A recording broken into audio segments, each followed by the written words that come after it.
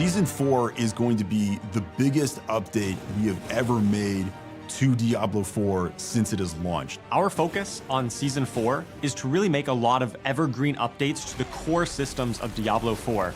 In Season 4, we're ramping the intensity across the seasonal and eternal realms through a collection of new activities aimed at ensuring the moment-to-moment gameplay experience is as exciting and rewarding when Hell comes to Sanctuary.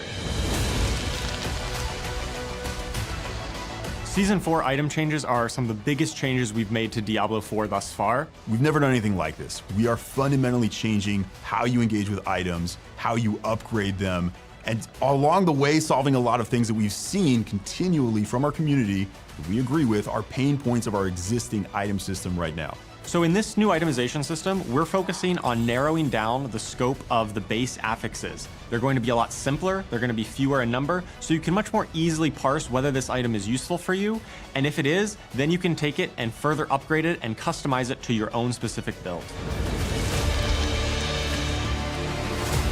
Tempering is a new system that allows you to really customize the gear that you find. In order to temper, you will need to go to the blacksmith and then choose the recipe that you wish to temper from, and then a random affix from that recipe will be attached onto your gear. Tempering recipes can be found from almost all of the content throughout Sanctuaries. So you will actually be looking for tempering recipes that go directly with what you're envisioning. Maybe you're thinking, I'm gonna play a Frost Sorceress. There are also going to be recipes that are more generic and maybe are just generally good for the Sorceress, but you'll be able to choose which one you think is gonna be most powerful with the build you're making for your class. We're making a pretty radical change to the Codex of Power in this season, based again on the feedback that has been coming from our players. Now, every single legendary in the game will be entered into your Codex of Power so that you can continually imprint the best possible version of that legendary onto your gear. So going forward, there will no longer be carrying around all of these aspect crystals in your inventory. It's all going to be in the Codex of Power.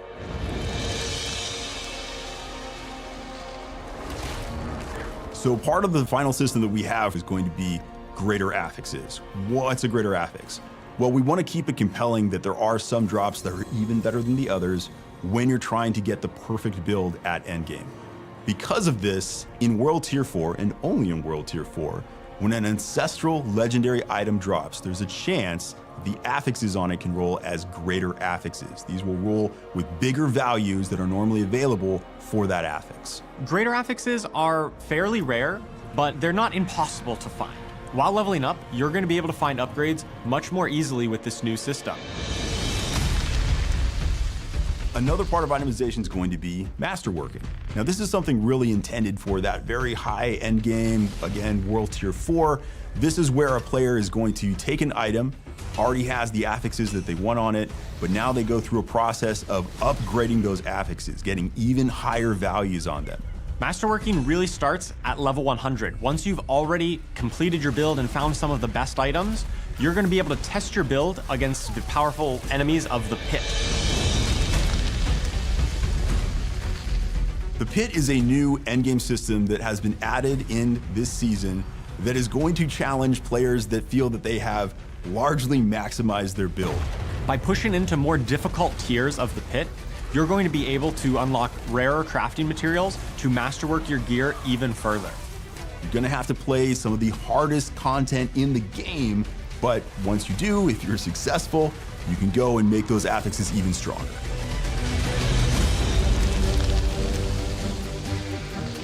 In Season 4, we're ramping the intensity of the Hell Tides through the inclusion of a variety of new activities, the first of which is a doubling down and rise of the cultists' presence throughout the tide.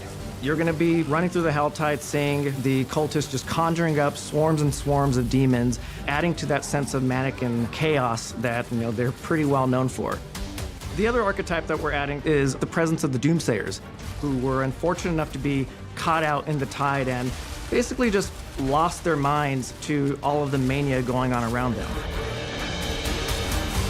And lastly, rounding out the new activities are just the inclusion of the Iron Wolves. They're finally joining the fight. They could no longer stand in the sidelines, seeing the Hell Tides and Hell's forces intensify their assault on Sanctuary.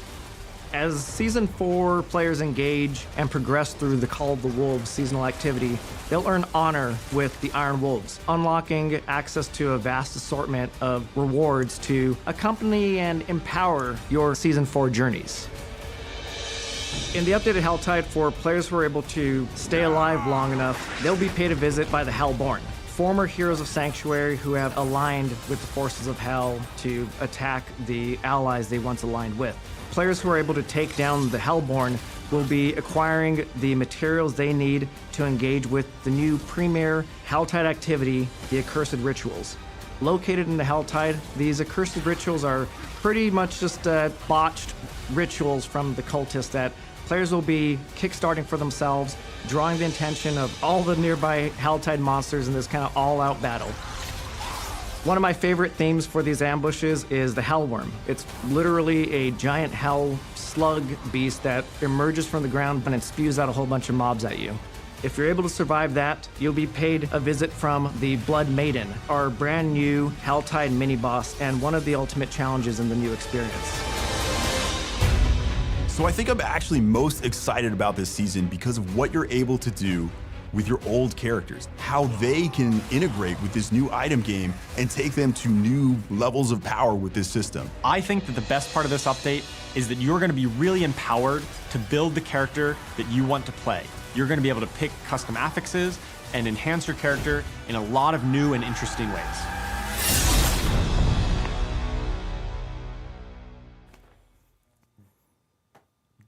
Happy Friday, Diablo community. Welcome to another Diablo 4 Campfire Chat. I am Adam Fletcher. I'm joined here by a very familiar face, Mr. Adam Jackson. Hello, hello. The Adams have invaded. We've taken over. Won. We have taken over. We actually are joined by one additional person, and this person is tuning in, patching in. I don't know what the phoning in. I don't know. From Albany, Blizzard Albany, and that's Mr. Dan Tanguay. Dan, would you like to introduce yourself? Yeah, sure thing. Hi, I'm Dan Tanguay, and I'm one of the lead seasons designers for Diablo 4. And yeah, we've got a lot of exciting stuff to share with you. Awesome. Great to hear from Dan. Dan is kind of like melting in Albany. I believe it's very, very warm up there. It's actually warmer there than California, which is kind of crazy. But it is, yeah. Look at this. Adam and Adam. Ooh, I love it. We did it. No more Joes. No more Joes. Where's Joe Pipora? Not here. He's actually on vacation, so that's the reason why he's not here. But we have a lot to talk about today. We are actually going to be talking about Season 5 and the PTR. And we do want to, there's been a lot going on with Diablo 4 over the last couple months. Yeah. Obviously, Season 4 has launched. We had our mid-season update last week. We introduced pets. Which is really cool. No one expected it, but we did introduce pets within Season 4. And at the same time, we also had our release date announcement for Vessel of Hatred, which is October 8th. Yep. So lots and lots and lots of cool stuff that's going on with Diablo 4. And we have more to share today, but of course, with PTR, we do need to talk a little bit of the housekeeping stuff to make sure that players are aware of it and when it's going to start. Currently, we have Season 5 PTR actually starting next Tuesday, and that is on the 25th. It will run for 1 week, similar to the Season 4 PTR. It is PC BattleNet only again. It is just easier for us to be able to get builds up and get things out and get feedback in really quickly when we have it on PC BattleNet. So that will be going live next Tuesday. Everything that we're talking about today will be in a blog that will go live after the stream, as well as patch notes will be going live after the stream, and they're pretty beefy in themselves. Or in it. I don't know. It's Friday, you guys. We haven't done a Friday stream in I don't know. It's been a while. It's been a long while. For feedback, though, we will be opening up our PTR forums for players to actually be able to submit feedback. So the Diablo 4 forums will have a special section for PTR. And then separately, if you do want to leave feedback on other avenues, such as Reddit or the Community Sanctuary Discord, places like that, we most definitely end up combing through all the different various ways of players being able to provide feedback specifically from that end. For this PTR, we will note that This one will be a little different than Season 4 in regards to how you can start off characters. There will still be character boosts like what we had with the Season 4 PTR. I believe it's actually moved to a different city. I can't recall. I think we had it in Kiyovoshad before, and I believe it's in a different city, and I don't recall which city it is. It's in the blog, though. But all that information will be there after the stream. Separately, we did incorporate a character copy feature, but we initiated this character copy already. No one knows this, but as of yesterday, characters were copied from your accounts over to PTR. So it gives you a little bit of variety of being able to take over some of those characters that you've already built out. Or, if you want to, you can still use the character boost. Yep. I will note, we do want players to be experiencing it in like a variety of ways, like whether using your your current characters that we're copying over, or if you're using some of the character boosts. We do recommend, or if you want to level up from level 1, too, that's another option as well. It allows us to get feedback from all different aspects, so we do recommend, trying it out in different ways and providing feedback of like how things feel, how things flow within the PTR itself. So that is all kind of like the general housekeeping notes that we do have. Oh, and I will say that I believe we actually did correct that Codex of Power reset thing as well. Oh, okay. So yeah, I remember that was plaguing some people last season. We did correct that, so it won't reset. I believe every single time you end up like creating a new character or boosting a new character, I believe. And then separately on the forums, we will have a known issues list. Because it's PTR, it's an early build, so we want to make sure that people are aware of that. And with PTR, when we take in feedback, it's great for players to be able to like provide all various forms of feedback. I will say by the time Season 5 launches, we will try our best to get as much of that feedback in. If it's something that's like a massive, like a huge overhaul or something like that, I wouldn't expect it in Season 5, but it is good to hear that feedback because it might be something that we end up incorporating maybe in the future for like a future season from that end. Yeah, it's very useful. So it totally helps us drive future decisions, and even we did a lot of reaction to PTR feedback in Season 4. If I remember right, we did like a whole lot on our team at least, and I expect the same for Season 5. So exactly, send it in; it's very useful. And then one last thing I do want to note is because players have probably seen when Season 4 is ending, which is currently in early August. You can see that kind of like on your character select screen when you're jumping into the game. I will note that Season 5 is a little bit shorter of a season than what we've had beforehand. Season 5 itself will run until that October 8th date with Vessel of Hatred, because Vessel of Hatred is actually the start of Season 6. So we did want to at least clarify, make sure, because we've heard a lot of those questions of like, hey, is Vessel of Hatred hitting in the middle of Season 5, things like that. So we did want to note that from that end. But enough of the housekeeping notes. I know a lot of players want to hear about Season 5 in itself. And so Mr. Dan Tanguay from the sweltering city limits of Albany will be walking us through Season 5. Yeah, absolutely. So let's dive into the new features on PTR for Season 5. Just to give you a little bit of context, we did some early brainstorming for Season 5, and we knew that, we needed to build out the Endgame. So Endgame, we've heard y'all that Endgame is very important. And Season 4, we added the pit into the Endgame, and some people have been playing Helltides into the Endgame, but we still want to expand the Endgame a bit more, right? So if it's an Endgame activity, we definitely need something that's rewarding and very replayable. We also wanted to make something with a lot of monsters. I mean, monster density and just entering that feeling of flow state's really important for players. We needed something that had stakes, and we wanted players to push their luck. And finally, we really wanted to return to hell. Previous Diablo games let you return to hell after you defeat the big boss, but Diablo 4 hadn't done that yet. And so with all those goals in mind, let me introduce you to the Infernal Hordes. Now, let me give you a quick summary of what the Infernal Hordes is.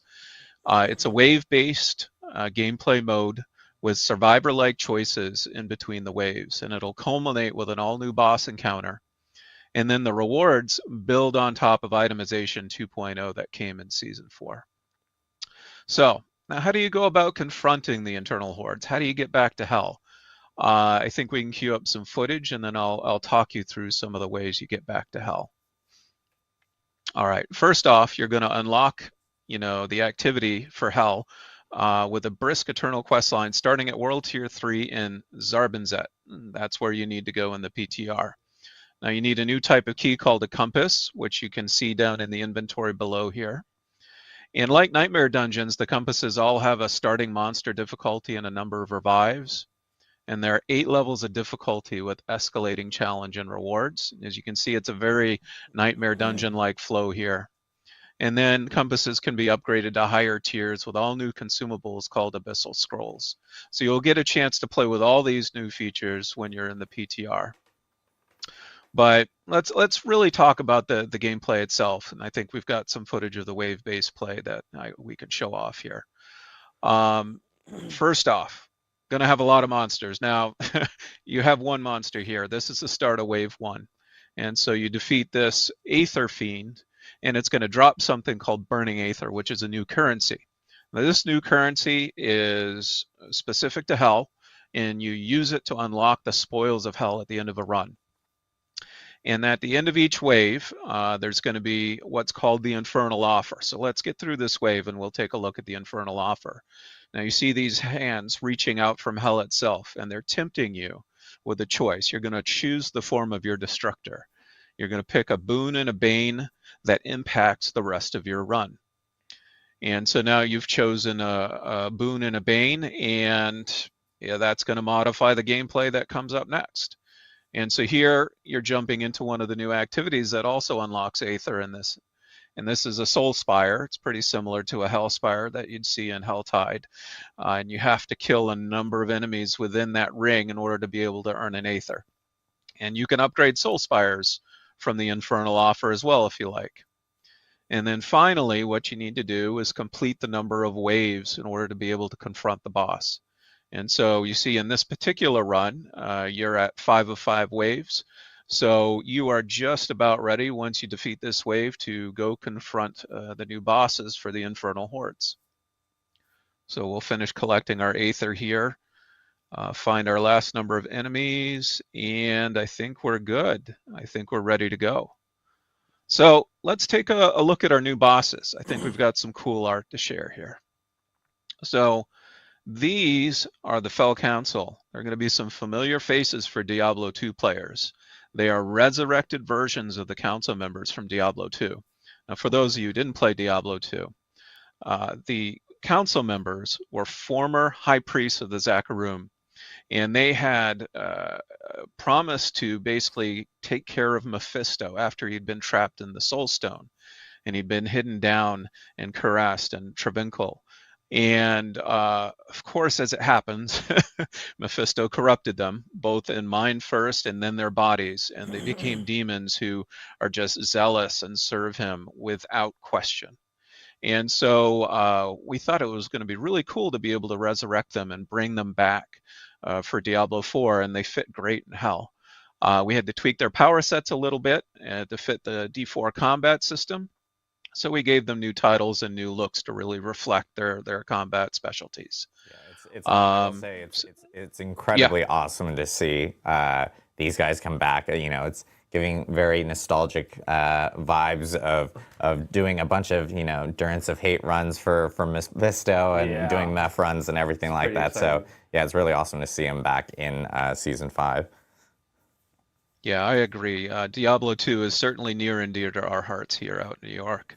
And we're really glad to have him back, and we hope to see hopefully more returning new faces in the future too. So let's take a look at that boss encounter now. So I showed you a number of members of the Fell Council here. We've actually built 5 of them in total, but you're only going to fight 3 at a time. Now, we keep 2 in the hopper, basically, and we do that because we want to have a whole bunch of replay associated with this boss fight. And because we're only using 3 of the 5, there's actually 10 variations of this boss fight you can fight randomly as you do your Infernal run. And so we're gonna basically kill them off. And once you defeat one, the fight will actually escalate. Actually, it probably escalates even if you just take down a certain amount of health, if I remember correctly. And it escalates. Basically, their attacks become more powerful, and then they start really getting even more powerful kind of room clearing attacks towards the end. But we've defeated them here, and this is the reward moment I actually wanted to talk through with you, because this is something that really ties into itemization 2.0. You've got several chests here, and you've got a choice of the rewards you get at the end of your Infernal run. You can choose from a chest that contains all new legendaries and uniques. You can choose from a chest that contains all sorts of crafting materials, including masterworking materials, so you don't need to go to the pit anymore exclusively to get masterworking materials. You've got a chest that allows you just to get a whole bunch of gold. I know people out there are really asking for gold, and this is going to be a good source of it. And finally, even though it wasn't shown here, you have a chest that guarantees a single item with a greater affix on it. And so we thought we'd want to try this out and see how people respond to it. And we thought it would be pretty exciting. You know, certainly in season 4, I'm really trying to get some more greater affixes. So I'd love to have this in season 5. So yeah, let's take a closer look at some of the uniques you can farm from the Infernal Horde, since we're talking about rewards already. So we're going to queue up some footage here. So first up, we've got the Basilisk. And so this is going to be a new unique staff for druids. And so when you hit an enemy with an earth skill, it'll petrify them and deal physical damage. So turning the monsters to stone, always cool. But it's also cool that you can CC your target and boost your initial attack here. So this one's pretty exciting for you druid players out there. All right, next up, we've got the Third Blade. Now this is a unique sword for barbarians. This one makes your weapon mastery skills be treated as core skills that cost fury. Even though they deal a little reduced damage, this one's pretty exciting because now you can start making all sorts of new builds that you've never seen before. So we're really interested to see what the community comes up with here. All right, next up, we've got the Mordicrux. Now the Mordicrux is a new unique dagger for Necros. So when you consume a corpse, there's a chance that you'll create a skeletal simulacrum that seeks out enemies, and when it dies, it explodes. So essentially, you're making a skelly bomb when you consume corpses, and so that's just going to seek out targets and explode. I think that'd be pretty handy for my Necro this season, so I'm looking forward to that one too. Next up, we have the Umbrecrux. Now the Umbrecrux is a new unique dagger for rogues. So if you use a subterfuge skill, you'll create a totem. And if you hit that totem with an attack, it replicates any of the damage it takes to all nearby enemies. And so it's a great way for essentially replicating and doubling down on the damage that you're dealing in a particular area. All right, next up we've got the Vox Omnium. Now the Vox Omnium is a new unique staff for Sorks. And so when you cast a core skill, it's going to cast an additional 2 basic projectiles based on the previous elements used. And so this allows you to really start comboing your core and basic skills together. And if you decide to have different elements associated with those core and basic skills, now you can start casting fire and lightning and cold all at the same time. So we're pretty excited about this one too. And the final one we're going to share out here is actually a new set of boots that's available for all classes. And these are called Rakanoth's Wake. And so whenever you use an ability with a cooldown, you'll trigger an explosion dealing fire damage. And so really, it's pretty straightforward. You're going to bathe your enemies in flames whenever you use a cooldown skill. So maybe I'm going to dust off my Whirlwind Barb here and slap them on and see how it does. So yeah, these are some of the uniques and legendaries that are going in to the Infernal Hordes. I think there are 10 uniques overall and over 20 legendaries that you can farm from the Infernal Hordes. So there's going to be a lot to chase down in there. That's awesome. Thank you, Dan, for like sharing, going through all that stuff. I know with players jumping in on PTR, especially for and trying out Infernal Hordes and everything, what's kind of like the top things that you really want them to like kind of hone in on, give feedback on, check on for PTR? Yeah, absolutely. We definitely need feedback on the PTR. It's super critical to ensuring that, you know, the Infernal Hordes and all the rewards feel great for when the season launches. So here are some of the topics that, you know, we could use some help on. First off, you know, just how is the Infernal Hordes gameplay? How do the boons and banes feel? You know, which ones do you like the most or the least? And these are types of things that'll help us fine tune that experience. Similarly, you know, how is it acquiring compasses? Do you have too much, too few? How do you feel about upgrading them? You know, that could help us really dial in kind of the access to the Infernal Hordes. We're also interested in learning how you feel about the difficulty and the gameplay length of the different tiers. Like I said at the top, we've got 8 different tiers of difficulty. And so, you know, we have the ability to dial those in a little bit. We want to make sure that players can really replay this over and over again as they push into the end game, much like the pit. And then finally, of course, how are the rewards? You know, which do you like the most or the least? You know, we can certainly make tweaks on the rewards to make sure they're as enticing as possible. Awesome. Yeah, and I know with Infernal Hordes, this is another alternative because, as you mentioned, you can jump into it starting with World Tier 3. So if you're actually leveling a new character, you can actually jump into Infernal Hordes, and you're able to earn like experience. So in here, so you actually have the opportunity of like jumping into Hell Tides if you want to. You can jump into Infernal Hordes. When you get to 85 or something like that, you can jump into pits. So there's now like more or Nightmare Dungeons, obviously, when you're you're upgrading your glyphs and everything. So there's a lot of different variety now for being able to kind of level up a character, especially as you're going to that mid to late game phase of your character's journey, you could say. Yeah, something else to bring up for the rewards for the Infernal Horde as well that I want to clarify. So Dan mentioned about, you know, there's going to be uniques that are there that you can target farm in the Infernal Hordes. There's actually going to be a group of uniques and legendaries that you're able to target farm in that piece of content in the Infernal Hordes. So you're also kind of similar to how the normal game works, you know, how you can target farm a unique from a boss, but you can find it anywhere else in the world. It's the same way here where you can get these new uniques and legendaries anywhere, but you have a better chance, you know, if you're targeting them in the Infernal Hordes. And this is the first time that we're doing this with a group of legendaries as well. We have legendary powers that are actually able to be target farmed in the Infernal Hordes, which is actually something a little bit new to the game. So I just wanted to clarify that. And in addition to that, we're also adding new uniques and legendaries to the rest of the game as well, in addition to this. Yep. So there's actually a very large group of uniques. I think it's over 50 or something. Yeah, there's over 50 new uniques and legendaries coming into Season 5. So we have a lot coming. It's pretty extensive. A lot more to talk about there, too. This was just kind of a small preview of what people are looking at here, and they'll be able to jump in more and actually check it out on PTR because all of them will be present there. And I know Adam is actually going to talk through a few additional ones here later. But Dan, this is awesome. Can't wait for players to jump in. I appreciate you informing and providing all the new updates and everything. It's exciting. Yep. From the sweltering heat of Albany. I'm going to keep bringing it up. They canceled school up there. It's crazy. That's nuts. I'm like, that's absolutely insane. But we will be seeing Dan again here later, especially when we get into Q&A at the end. But Dan, thank you again. I think you're welcome. Yeah.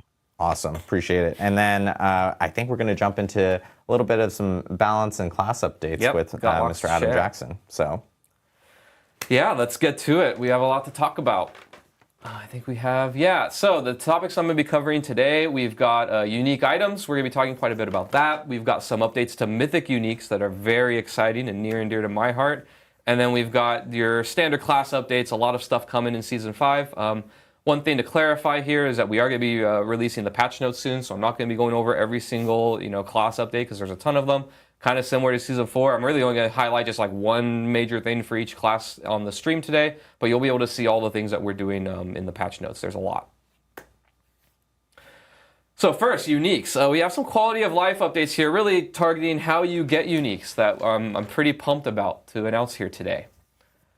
So You can now target farm uniques from 3 additional sources. You can target them from Obol vendors, Helltide chests, and Whisper caches.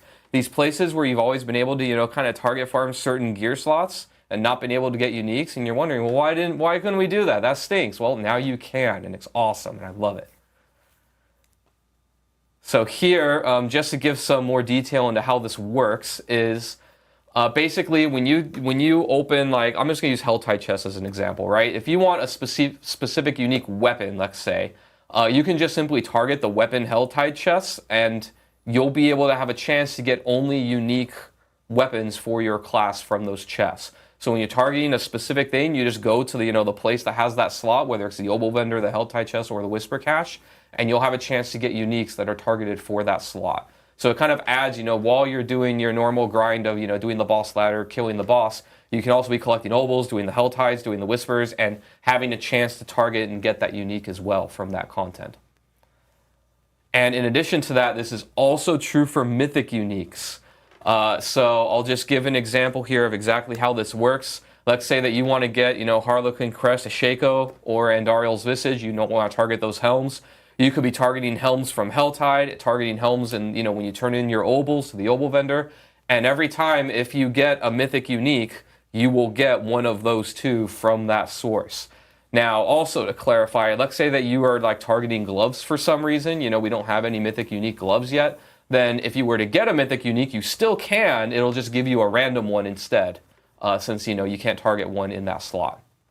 So pretty exciting way to target kind of the things that you want while you're farming for the things that you want. It's going to be amazing. Yeah, so I know we've heard a lot of players going like, hey, we do the endgame bosses a whole lot. We're trying to, and you can actually find them just in the open world as well. We've actually seen a lot of cases, especially with this past season, where players are jumping into Helltide and they're actually finding them there. But now it's an additional options for players, which I think will be a lot better for just overall finding some of the gear that everyone As really someone wants. who, for the last 3 seasons, my uniques have always come from the Beast and Ice, I am very selfishly invested in getting this into the game. Yes. So.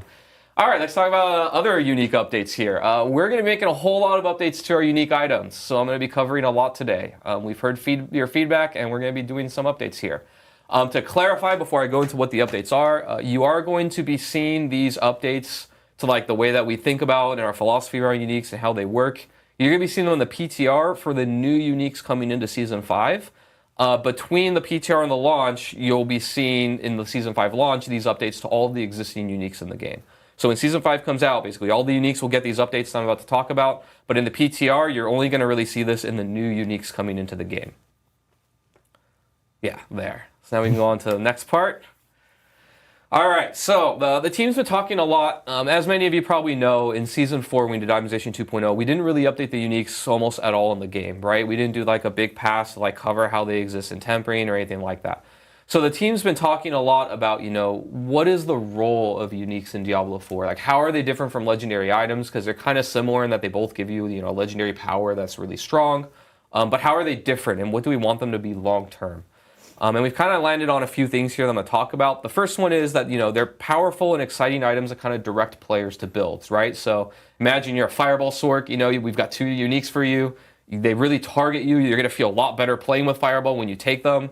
We want you to take these things and kind of level up your build. There are moments of very large incremental power where you feel like you're, filling in your fantasy as a class.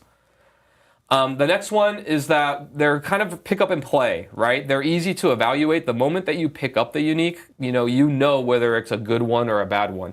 We want this to be a little bit different from legendary powers where, you pick it up and you kind of go on a journey where, you make it into something that's really good. A unique, when you pick it up whether or not it's one that you want to keep or one that you don't. And then the last one, pretty obvious, but was worth saying, they're kind of more rare chase items that players don't see very often. When you're going through the end game, you're seeing legendary powers a lot because, we have a lot of reasons to give you a lot of them. You want to upgrade your codex. They are the way that you can, get greater affixes and temper and masterwork them. So there's a reason why you want to churn and look through a lot of them. Uniques, you do want to get a good one, obviously, but not nearly as often as a legendary power. We don't need that aspect of their design. So they are more rare, they're harder to get, but when you get it, it's kind of a more exciting moment. Did I get the perfect one? And then if not, you go and try and get the next one. So let's talk a little about our goals for the update that we're going to be doing here. One of the things that we come to a lot that we talk about on the team is this idea. I like this quote of like players build their legendaries and players build around their uniques, right? Your legendary power is very, or your legendary items are very malleable. You know, the moment you get it, you don't know yet if it's going to be the best in slot item, but it has a chance to be. But they're also like able to fit in a lot of different ways. You can manipulate their stats via, you know, enchanting, via tempering, and masterworking. And so there's a lot that you can do with the item once you've gotten it. Whereas uniques, they're a lot more static, right? The stats on them can't change. You can't really manipulate them very much. And sometimes they have maybe qualities to them or stats that are a little bit inconvenient. And you got to figure out, like, how do I overcome this little detriment or make my build into where it's a plus instead of a detriment, right? Like, it's a fixed thing that you have to build around, which is very different than a legendary. Also, ideally, we want players to run 2 to 4 uniques in their build. You know, one of the difficult parts of this, and I think we're going to be continuing to work on with the balance and design of uniques, is that, you know, we want you to run some, but we don't want you to run all of them in your build, right? It's very easy to go one way or the other. I can very easily make you run no uniques, and I can very easily make you run like every slot is a unique by making them really, really crazy, right? We want these to fit in such a way that you're running some of them, the ones that are applicable to your build, or maybe some spicy ones here or there that you try and, you know, like make in a special way to work with you, but not all of them. I would say right now, like on live in Season 4, players are running more like 0 to 2 in their build, so it's not as much as we want, which means that we want to update them to make them a little bit more attractive. And another one is we kind of want to move away from these generic fits-all build styles of uniques, right? One thing that I know a lot of players have talked about in the past that we've had is that some of our uniques are just so generically good, and this is particularly scary for us when it's like what we call a generic unique, which is one where every class can use it. And so like if every class can use it and every build can use it and it's better than like the build specific or class specific stuff, then it just becomes best in slot for everybody, and we've taken away your agency and your choice because you're just going to target this item and ignore everything else, right? The only items in the game that we really want to fit that role are like Mythic uniques, where they're across all classes and they're so good, but they're also extremely rare, so you're very excited to see them whenever you see one. But all the other regular uniques, we don't want to fit that design space.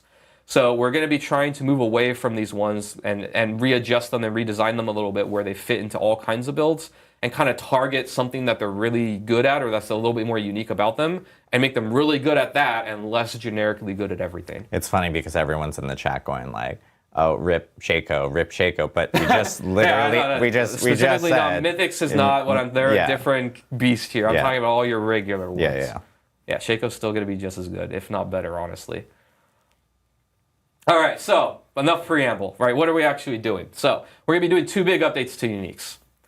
The first one is we're going to be increasing the upper power of the unique effects and the roll range. We're going to be doing increasing the range from an average of 10 to 20 rolls, which I'll explain in a second. And then we're also going to be increasing the upper power of like how much you can get from the rolls. This is really just buffing pretty much most uniques across the board to compete with the new world of legendary powers that we live in, since, you know, they got extra power juice to them. Now uniques are catching up. So as an example here, I gave, you know, if an older unique, like one on live, gave you around 40 to 80% multiplicative damage, that's going to go up to like 40, 100, maybe 120, maybe even higher. Really, the mandate is as high as we can get away with without breaking things. And then we're also going to be increasing the roll range. This is like the number of possible rolls it can do from an average of 10 to 20. So it'll be a little bit harder to get basically, what we're targeting here is the discrepancy inside of a unique is a little bit wider, where the difference of like a low roll and a high roll is a little bit bigger, but the high rolls are way better than they were before. So they're more exciting when you get them really good, but it's a little bit harder to get there. And the next one is going to be updating the affixes, the actual stats on the uniques. We're doing a pass on all of them, and this is kind of what we're doing. The first thing is we're changing their stats to fit with the Season 4 updates, right? We're doing the things like we did before of simplifying stats, you know, getting rid of super conditional things, making them just more generically understood and good. We're also going to be adding tempering stats. We're open to really adding whatever we want that makes the unique fit the fantasy. So as an example here, you know, a lot of two-hand weapon uniques have a problem where they're all basically competing against bonus projectiles as an affix because you can just temper that onto your weapons, right? So when it comes to those kind of situations, we'll just slap the bonus projectiles on that unique, and now, you know, it's no longer competing in that way, or we have to kind of dance around it. We can just put it. We're also open to the idea, by the way, of breaking slot restrictions, kind of like we did in Season 2. So you can have bonus projectiles or other things on other slots. You know, like uniques are where we get to play a little bit. and just really make something thematic and cool and build defining, and so they have less restrictions than everything else. And the other one is we're updating the stat power levels and the effects. So the idea here that we're thinking, and this is particularly nuancey when it comes to generic uniques, but stats that kind of fit the theme or the fantasy of the unique are going to be like way stronger than your normal stats, right? So as an example, if you have a unique that's targeting fire damage, maybe it's like a meteor or firewall on the sorcerer, whatever it may be, that plus fire damage can be juiced up to be really, really high. But stats that are more like generically good, like, I don't know, attack speed, max life, resist all, those ones aren't going to be juiced unless it fits the theme of the unique really well. Right, so we have an example here of one that has been a problem for us in the past. I kind of want to go through how we would think about it. I'm not going to say exactly what we're going to do here to Tybalt's Will, but kind of give you our thought process, right? So Tybalt's Will, as many of you know, in previous seasons, was kind of a problem where it just became best in slot for almost every build. The famous line we say is that it was damage on pants, which was impossible to get almost anywhere else in the game. And it turned out damage on pants was really, really good, right? It also gave you damage reduction, one of the best stats in the game. And then it also gave you it also solved resource in many ways for you as well, right? It gave you a bunch of resource whenever you became unstoppable, which wasn't too hard to do. So it was doing a lot of things at once. It gave you a very unique effect with putting damage on a slot that you don't get it. It also gave you resource, which is something that every class wants, very heavily. And Adam, it gave you 3 extra potions. And 3 extra potions, yes. Now that one, that's all right. But yeah, so, the way that we would tackle this one, to give you an idea, is like, we either would kind of pick, do we want to focus this on the damage aspect, that it's damage on a non-damaged slot, or maybe we focus on the resource aspect and like double down on that and make that really powerful and really cool, or we do like a little bit of both. But if we do both, then it's not going to give you the defenses that another pants slot would give, right? Basically, in our mind, we'd be like, we want to give the minimum amount of defense where it's not just like a trash item because it has nothing. But then after that, not so much. And you're going to have to solve your defenses in other slots or somewhere else to justify getting the damage on this slot, is how we would think about it, right? And so we're having a lot of conversations now. I don't think we're going to nail every single item perfectly in this first pass. So we're really looking for feedback when you jump into Season 5 and beyond, and we'll be adjusting them. But I kind of want to give you an idea of what we're doing and kind of what we're thinking and targeting with this. So I think we can move on. So Mythic Uniques are getting a facelift here. So lots of updates here. Mythic Uniques are now going to be truly mythic. They're getting a new color beam when they drop on the ground. They're coming out with an awesome new sound that you're going to hear in a little bit. We've got new item UI that you can see, so they have a different color. They really are going to look and feel like the special items that they are. And we have a video here to show you the sound and what it looks like on the ground. So you can see here, this beam looks very different than anything else. Isn't that sound, that echoey sound? I love it. Sounds like I don't know. It sounds like you're murdering a bunch of like church organs or something like that. It's just like crazy. Yeah. But yeah, so when this thing drops, you're definitely gonna know when you got one. No more like sifting through your uniques to see if it's actually one of the mythics. You'll know right away. So we're really excited about this. Super happy it was able to get in. All right, and last but not least, let's talk about class updates. I'm going to cover some generic things across all classes and then go through a little bit of each one. Again, this is not going to be nearly close to everything that we're doing, just a little taste, a teaser for what you can expect to see. Let's start with things across all classes. One systemic update we're doing to the game is invulnerability skills are now going to start their cooldown when the invulnerability ends instead of when the skill begins. This is really to prevent things like infinite invulnerability and really to open up design space for us on the team, because now we can be more comfortable adding things like, invulnerable duration to skills or cooldown reduction more liberally and things like that, where we don't have to worry about this. This is very similar to what our previous games have done and some other games do, and we think it'll be a good fit here. The idea isn't really to make it that you can't be invulnerable very often. It's just to prevent 100% uptime where you actually break down the combat of the game and you're not interacting with enemies anymore. The next one is we reviewed monster CC, and we generally reduced the CC duration and frequency across the board. So, if you were frustrated by getting frozen for 1,000,000 years and then dying, that'll happen much less often. And also to help with this, potions can be used while CC'd, even while you're stunned. So, while you're frozen standing there and everybody's around you trying to kill you, you can at least spam potion a little bit and maybe survive sometimes. Next one, we've got some bug fixes. These are some of the notable ones. We do have more coming in, but these are the ones I wanted to call out. Rogue Victimize is no longer going to be double dipping on its damage, which is resulting in a lot more multiplicative, or a lot more damage really than it was supposed to have. Damage over time effects were getting double the amount of percent damage that they were supposed to. And Skeleton Reapers were getting both Book of the Dead bonuses when the second option was selected. And again, this is just a little bit of a preview, but we have other bug fixes coming, but these are some of the bigger ones we want to call out. All right, now let's get to the classes. So Barbarian, they have a new unique coming in. This is the Unbroken Chain. This is for you support Barbarians, or really just more defensively oriented ones. Basically, what this is going to do is create a connection between Steel Grasp and Iron Maelstrom, where you'll be able to cast Iron Maelstrom a lot more often as you use Steel Grasp. And also, enemies damaged by Iron Maelstrom are going to be doing less damage for a little while. So the idea here is you could debuff enemies, debuff those bosses, and make them do less damage to you, so you can survive better. And next, the Rogue. Flurry is going to be getting a lot of big updates. We updated the enhancement and both of their upgrades. So you'll be able to see kind of a theme here going on. Before, you would damage a crowd control or vulnerable enemy for the enhancement, then you would heal. Now, when Flurry hits an enemy, you can just make them vulnerable. So actually, Flurry becomes a vulnerable generator here, which is pretty exciting. And it'll also deal more damage as you hit vulnerable enemies. Stacks up really high. So the idea here is with Flurry builds, you want to make everything vulnerable, and then just keep whacking them with Flurry and gain a bunch of damage. And now Improved Flurry is changing. Before it was about vulnerable spreading, but now baseline you can just generate vulnerable, so we don't need that anymore. So now Improved Flurry is going to actually give you a dash. So now similar to things like the Shred on the Druid, you can kind of dash to your target, and also every time you cast Flurry now it's going to heal you. So it's going to be a lot more mobile, a lot more awesome. Very cool. And then last but not least, to compete with a dash, what could we do with Advanced Flurry? Well, we can just add a stupid amount of damage and resource cost reduction. So before, you had to evade through an enemy and then do damage with one cast and stun enemies. Now, as you spam Flurry, it'll basically get a big damage bonus, and its energy cost will go down, which will let you be able to spam it even more often.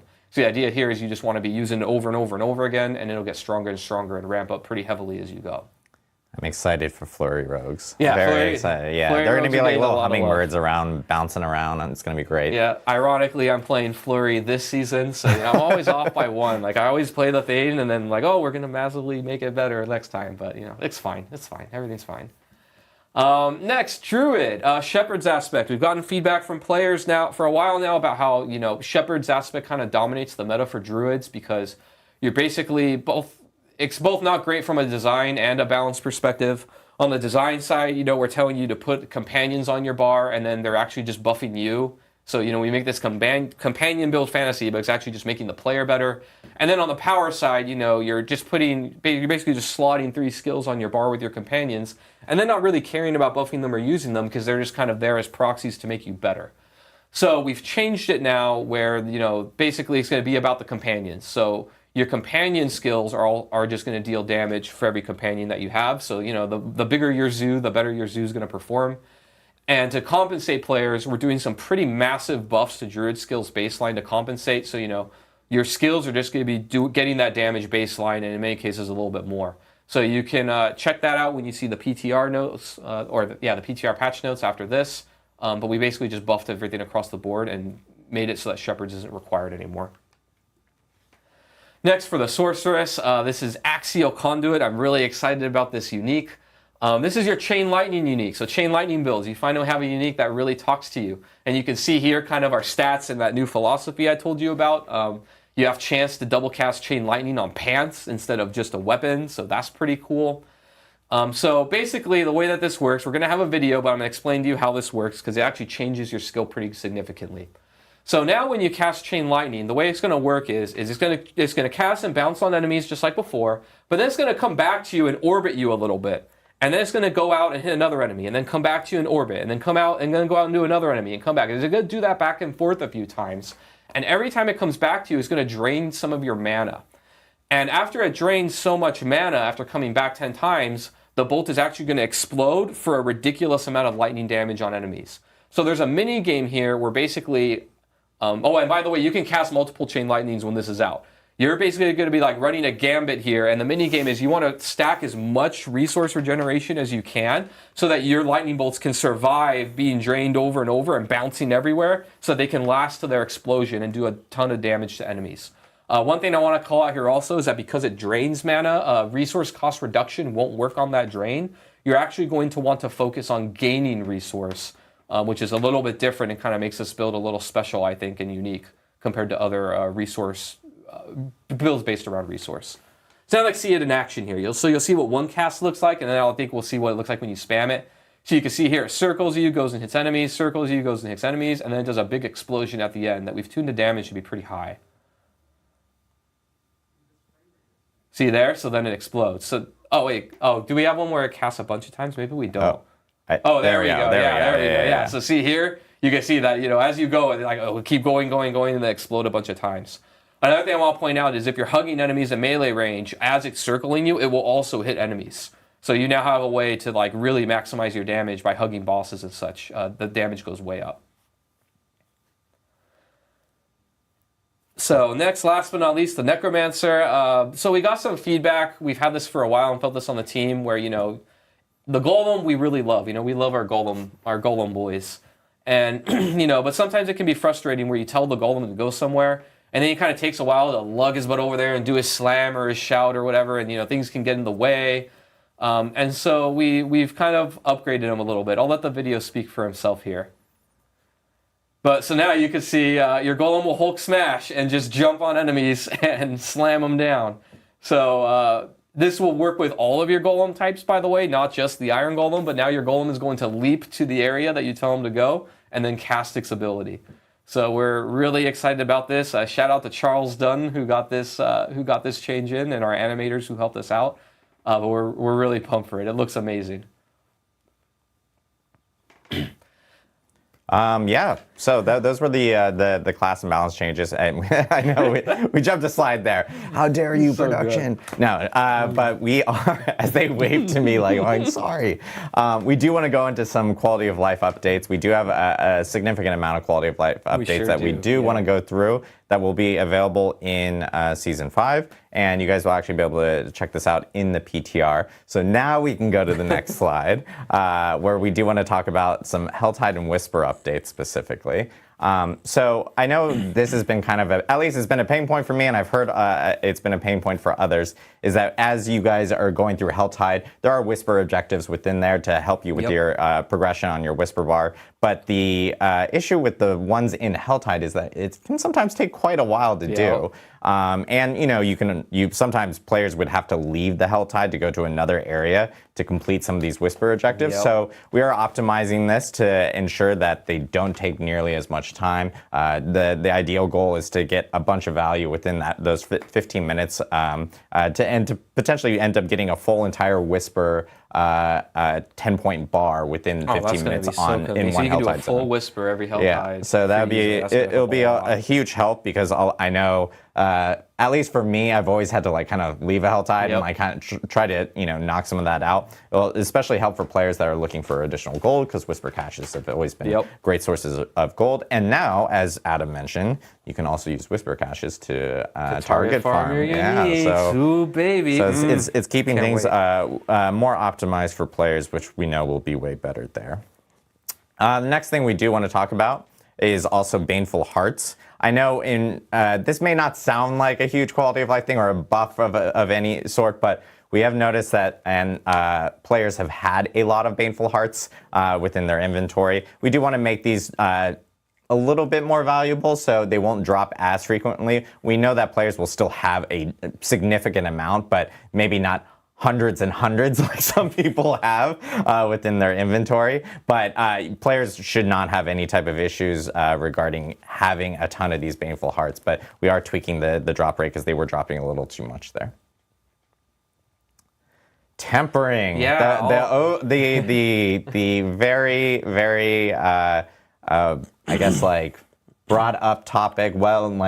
Yeah, people like talking about tempering. It's pretty popular. Yeah, so I want to take a minute to talk about tempering and kind of how the design team sees it and kind of what we're happy with, what we think could be better, and some adjustments we'll be making in Season 5. So first, high level, kind of how we see tempering.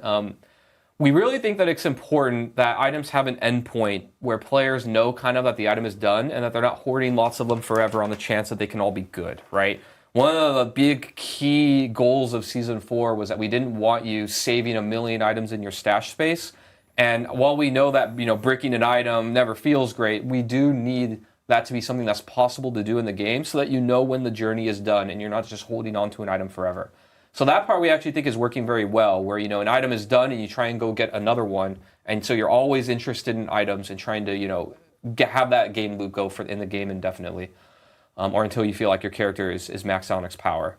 But we do agree with players that, the RNG right now is like completely out of their hands, which doesn't really feel great. You get so many tries basically to roll, and then that's kind of it, and you're done, and it doesn't feel great.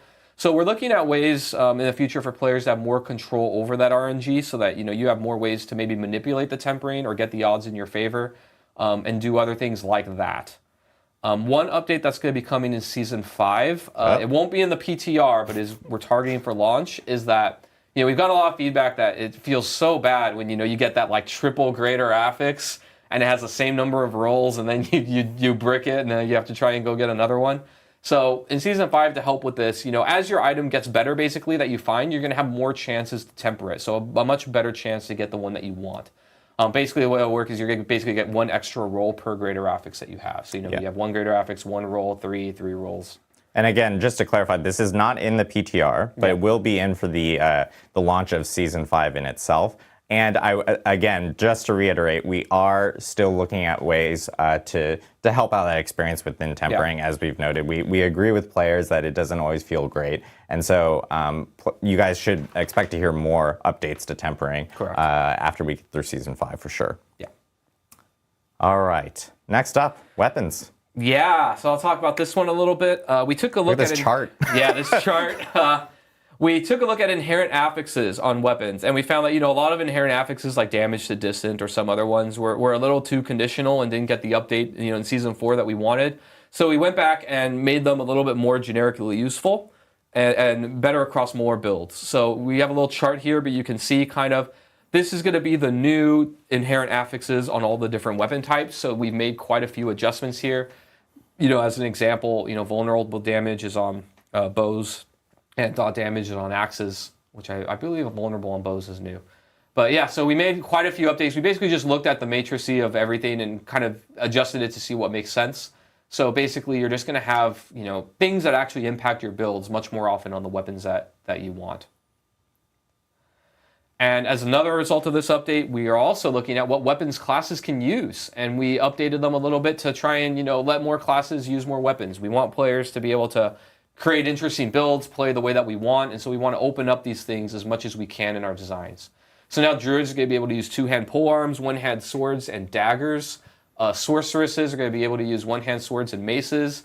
And necromancers are going to be able to use, I think it's maces and axes, actually. Yeah, despite this necromancer pictured right here that is not using, it's using a 2-handed sword, but you can already use a 2-handed sword, but not using and the necromancer here, I know it's supposed to say all maces and axes as opposed to all swords, so. But yeah, basically we're going to be opening up these classes to use more weapon types. And then also some of the uniques are going to be updated for the classes as well. So the Butcher's Cleaver can now be used for Necros, and Sorcerers can use Doombringer and Azure Wrath now. Yeah, Sorcerers can use Azure Wrath, kind of like D2. Yep, fits their theme very well too. So I think that'll be pretty cool. Some additional quality of life updates. Now we're going to talk about some endgame bosses. As I have experienced, as Adam has experienced earlier, as he mentioned in the stream, we are making changes to the Beast in Ice. You guys will no longer have to make a sigil to summon the Beast in Ice, which is a huge quality of life update. The Beast will now live in a standard dungeon. The crawl to get to the Beast in Ice is much, much shorter now. It's going to be more similar to what we've seen with some of the other endgame bosses. And then at the same time, Eternal players that have maybe already built out some of these sigils, we made sure to keep you in mind so you can still use the sigils to fight the boss. You won't just you won't need summoning materials. You can just use the sigil right there in the boss room in itself. And this no longer requires sigil dust to actually summon the Beast in Ice. So some big changes to the Beast in Ice to help out that whole entire feel, especially when you're really target farming the Beast in Ice. Sometimes it was kind of brutal to have to go through the whole entire dungeon each and every time. Yeah, so many times. Yeah. So next we have Varshan. Varshan. The body parts are pretty much being reduced to one. I know it was eating up a lot of inventory space. It was kind of hard to manage at times and everything. So we're optimizing this, making this better. So now you'll just need one body part to essentially summon Varshan going forward, starting with Season 5. And one big thing that we're going to call out here before, and this is kind of like the cherry on top. Let's actually just play the clip and see if people actually notice it, and if not, then we'll call it out. What could be different this time? Poor Duriel. Yeah, Mythic Unique maybe? Oh. No, that's not it. Oh. Good gear though. But something that is interesting here is the cauldron has reappeared. You can just resummon him again. There's the altar right there. You can now resummon all the endgame bosses without needing to run out of the dungeon. Reset the dungeon. So this will help a whole lot. Will make things way better in terms of like optimizing when you're for time and everything. Yeah. Especially when you're in a party and you're like, everyone leave the dungeon so I can reset and stuff like that. Now you'll be able to do that immediately for all the end game bosses, which is a huge feature I know that players have been asking for. So that will be also incorporated into Season 5. So lots and lots of changes for Season 5.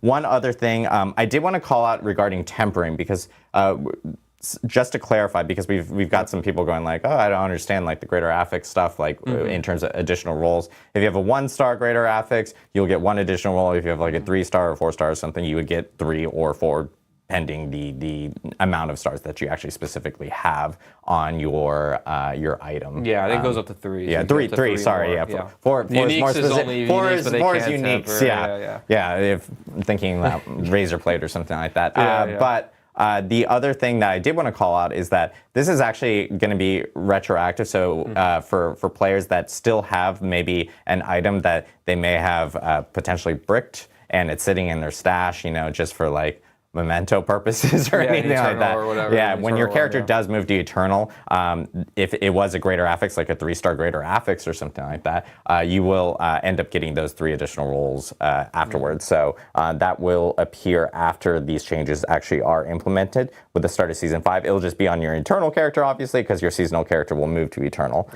As I fix my earpiece. That's like falling out. Oh, no.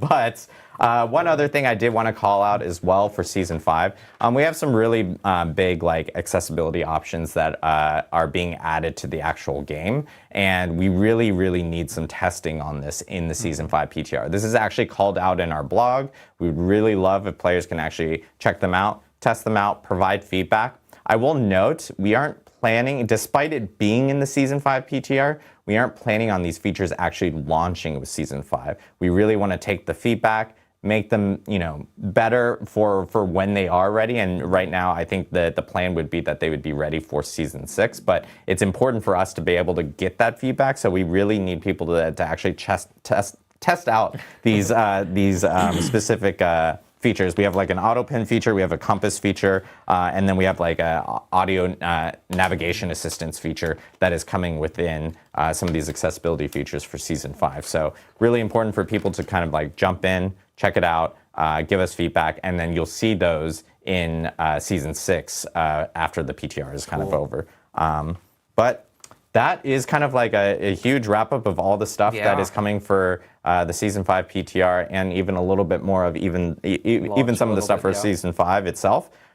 We do want to take some questions, and we still have Dan on the line from the burning hells of Albany to answer any questions that we may have. But I know we have a question specifically teed up, so if you have questions, please ask them in Twitch chat, which is where we have live chat going on right now, and we will try to get through as many as possible. Cool. But first question I believe we have is, because I teed up this question, are there any new class buffs coming to Season 5? Specifically, if Adam can answer, Druid and Sorceress, because I know, we hear you, everyone, about Druid and Sorceress. I know we talked a little bit about it here, but if you can like expand on it a little bit. Yes, there are new class buffs coming to Season 5, covered it a little bit. I think one thing to call out that people talk a lot about right now is, how barbarians in particular are pretty strong, and then, the classes that can't get as far as they can in the pit, feels kind of bad. There's a lot to chew on there, but I think the short answer is yes, we hear you, and we're going to be looking to beef these things up. We do have some specific ways that we want to be targeting these things, and there's a lot of history to it. Barbarians in particular are tougher to balance. I think I've talked about this on stream a little bit before of, because of their arsenal system, they have more items. Anytime that we mess with, and we've messed with like the underlying systems of the game very heavily in the last year, right? Season 2, we updated all the combat math, which of course impacts items, which impacts character power. We've updated in Season 4 all of itemization, which obviously directly impacts the arsenal system very heavily. So when we do these large shakeups, it's a lot more difficult in a short amount of time to get everything, exactly perfect of how the combinatorics of those effects are going to impact classes, right? So that's one end of it. Another end is what we're trying to do, and we started with this in Season 4, is we're looking at the other class mechanics, and we want to kind of beef them up and give them the treatment that we kind of gave with the Necromancer in the Book of the Dead. In Season 4, we actually wanted to try this as an experiment, like, hey, the Book of the Dead, the minions, the sacrifice bonuses, they're what really make Necromancer feel really cool and special and unique. So we're going to, try and catch that up, so to speak, to the arsenal system on the Barbarian. And not only just increase the numbers, right? Because just increasing the numbers is kind of easy. We even did that in the mid-season patch. If you look at the Druid boons, we increased them by 50%, doubled them in many cases. But we think to really help solve that on a fantasy and even just design perspective, we want to overhaul and really look at these mechanics and make them way better and more thematic to classes. So we don't have anything to announce today for Season 5, but that's something more long-term that we're doing to help that problem in the future. In the short term, we are looking at fixing the issues with these various classes, buffing them up in different ways, making different builds and other things viable and trying to keep that parity. We're also looking at bringing down the outliers of power with the Barbarian in different ways to make sure that they have more parity with other classes as well. But that's kind of our short and long-term vision of where we want this to be. Awesome. I know we have a question specifically, and this is something I've seen a few times regarding Season 5 for Dan, because Infernal Hordes, people are seeing this gameplay and they're hearing about okay, can I play this on Eternal and Seasonal? Can I play this? Is this an ongoing thing going forward? What can players expect, Dan? Sure, yeah. So with Season 5, we wanted to build out the end game. And because we're building out the end game, we wanted to make sure that any of the end game things we're putting in are on both Seasonal and Eternal. And so in this PTR, you'll be able to test out the Eternal version of Infernal Hordes. And so any of the rewards you get from it, all that's Eternal. So all players are going to benefit from it. Awesome. Yeah, so all players will benefit from it, and as Dan mentioned, it's a new endgame feature, so it's something that will be continuous beyond even Season 5 is what we're looking at. So yeah, players can expect to jump in Infernal Hordes going forward, which is pretty cool. Yeah. And yeah, the feedback is going to be incredibly important during this PTR. As Dan mentioned beforehand, all the specific items that we're really hoping to get feedback on regarding how the boons feel, how the rewards feel, how the combat feels, and the waves and stuff like that will be really important for us during this specific moment. What is this is another Season 5 question, and hopefully you might be able to answer this, Dan. This from Lucky Luciano. Shout out, Diablo partner. What is the equivalent pit level of the 8th difficulty of the Infernal Hordes? Pit level, I guess, or Nightmare Dungeon, or Monster level.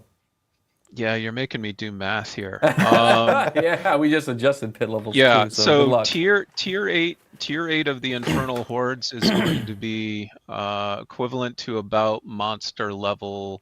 I think it's 180 to 200. So it goes up pretty high. That's pretty late. Okay, nice, nice. So a difficult challenge for sure, which is good to hear. We have a question from Zapadas. Man, you all need easier names, I swear. Do you foresee changes in grouping in the pit to allow group play to be more efficient? There will be changes. It won't be something present in PTR.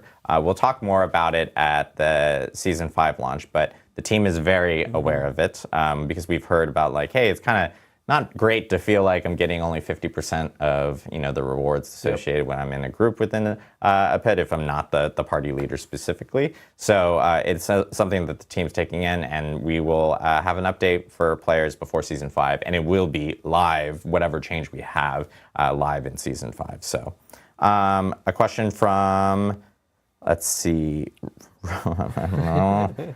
well, this one's easy. Okay. Robot Jomo. What's the team's philosophy on rate of power gain? It seems that tempering, especially players, gain too much power too quickly, really removing the tension from the leveling up experience. Any chance to add more friction to tempering, materials, costs, etc.? Yeah. We have seen a little bit of this and heard this feedback ourselves. It's kind of going in two different ways here. So the leveling experience, then how tempering messes with it, right? The leveling experience, as people probably have seen, has been sped up quite a bit, right? We do want people to be able to kind of level quickly and get to the fun of the game as quickly as possible. So we do want them, we don't want there to be a ton of friction. Like, when we first launched the game, we had the idea that like getting to level 100 alone was a big accomplishment, right? And we've learned that, players really want to like fulfill their power fantasies, get to the part where they're actually like incrementally increasing their character's power and finding things to use that power against. And so they enjoy that end game a lot, and we want to get them there in a reasonable amount of time. So that's the part that is like, hey, it's fine, level quicker, it's good, right? But then the other part is like tempering and kind of the tuning of the affixes. We have heard the feedback and kind of agree with it that, the early tempering recipes are really, really strong. Right? That was by design when we launched Season 4. One of the big kind of mandates to the team that we felt was important was we wanted, before Season 4, we constantly got the feedback and knew it was true that, your item stats weren't interesting enough and didn't matter enough and weren't very impactful and just didn't feel good, right? And so we very much like juiced them up to be very strong, and then this new tempering system that manipulates them, we made it very strong so that out the gate, our goal was that when you temper an item, you can really feel the damage. It wasn't like this incremental, oh, my damage goes up in like 10 different places here and there, and now I'm strong. It was like, no, this one thing happened, and you felt it, and it was good. And so we're going to, try and walk that line. We're going to probably go a little more in between here where, we do agree that the tempering is warping the early game experience too much to the point that it's like you pick up an item and you don't care about the stats because you just temper something on and it's like way better. Right? So we don't want that, but we do still want them to feel and be really impactful. So we have heard the feedback. I don't think we have huge adjustments in Season 5 right away, but we are going to be looking at that leveling process and streamlining that quite a bit. We're having time actually in talks about that right now with various members of the team. So it will be looked at. Not tons will change in Season 5, though. Awesome. Question from Razzle Dazzle Darius. Razzle Dazzle Darius. It's a long name to log in on. Did you say we can temper uniques? Are you open to letting us imprint affixes? I had this thought we can imprint a unique, but only once. Yeah, going back, that was kind of what I talked about with the unique section. We right now know. I'm not going to say never in the future. It's definitely the obvious thing that we could do, like just add tempering to uniques, of course. But we want them to have an identity that is very different from Legendaries. One of the concerns with that is that the more that you give uniques manipulation, the more that they just turn into Legendaries with a different item color when they drop on the ground, right? Like they're actually not different in how they work. If we were able to manipulate stats, add stats, all those things. So we do want them to have a different identity in the game.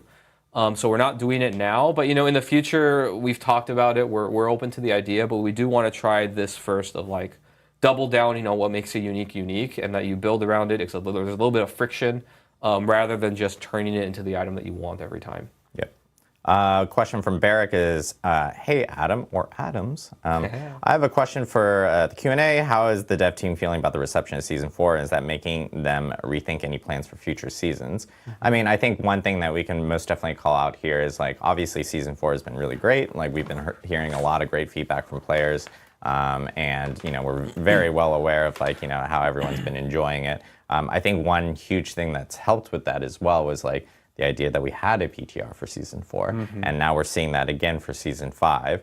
So like we know like having that moment where players can actually jump in, provide feedback, give us some notes on specific things is really beneficial, especially when we have like new huge features like what we did for Season 4, which was, obviously tempering, masterworking, the pit, all new hell tides. There was a ton of new features. And then, of course, with Season 5, players are now going to be able to run through Infernal Horde, tons of new gear, and legendary aspects for them. So it's just like a ton of stuff that we know that we can most definitely take feedback on. Having those moments has really helped us with some of those decisions. Yeah, I would say on the design team side, I know like the people on the team are very happy with how Season 4 went. It couldn't have gone better, really, in our eyes.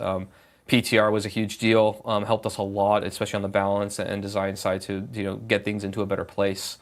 Another thing I may call out with Season 4 is that, I think how to phrase it, like, there's been a lot of disruption to the game, right? And so when there's that much disruption of like, we update all the core math and all the items and everything, it's very difficult to get things into a fine-tuned state, right? And, without giving anything away, we have big updates coming in the future with, expansion and other things. But one of the things that we're looking forward to, I think, as a team is when we've kind of settled down a little bit on the big disruptions, like overhauling, all of itemization and things like that. Because, it becomes a lot more difficult to fine-tune things like balance, or even on the design side, like designs and making sure that they work and that we're like iterating and upgrading things versus changing things around in huge ways. So while we think it was really successful and we're happy with how Itemization 2.0 turned out, the team is looking forward to like making the things as they are and make them work better and more do fine-tuning work. And so I think you can expect in the future as a player, after we've done some more disruption and made the game like in a really good place, we're very happy with it, which we're really close to now, I think. That you have tighter class balance, tighter designs, tighter roles for things, and just one of the things that excites me and excited the team about Season 4 was like the tons of quality of life improvements and how much of an impact that makes on players, which I think we knew, but it hit home in Season 4, right? Like just the Codex of Power, how that changed and how that completely fixed, the hoarding of items and things like that. I think are what really jazz us a lot because it just makes that flow experience better, like the boss ladder. Being able to reset bosses, stuff like that, I think is actually really impactful and good for the longevity of the game. So we're excited to do more things like that. All right. Last question that we have here is well, it's just Satan's. Oh, right. Satan's with a Z and 666 afterwards. Very good theme. Diablo. Yeah, Perfect. very Diablo theme. Is specifically asking, what is the seasonal theme? Or are we like holding back any information right now regarding that and stuff? Dan, I don't know if you want to clarify here or if you want me to, you can. All right. So we haven't announced the name for the season yet, as far as I know, but the seasonal theme seems, I guess, fairly obvious. We're going back to hell. And so the theme is pretty much returning to hell. And while the Infernal Hordes is just one part of that, the rewards are another part. And when we have our Season 5 live stream, we'll go into all of the rest of the things that we have planned for Season 5. Exactly. Yeah, we have some additional stuff to talk about when we do actually have our Season 5 live stream. We're just right now the biggest focus for this stream is for people to hear about the content that they're going to be able to play in PTR, and we want people to really hone in and focus in on that, so we can actually get that feedback for the team here, and we can make any changes that we may need to. Yeah. So.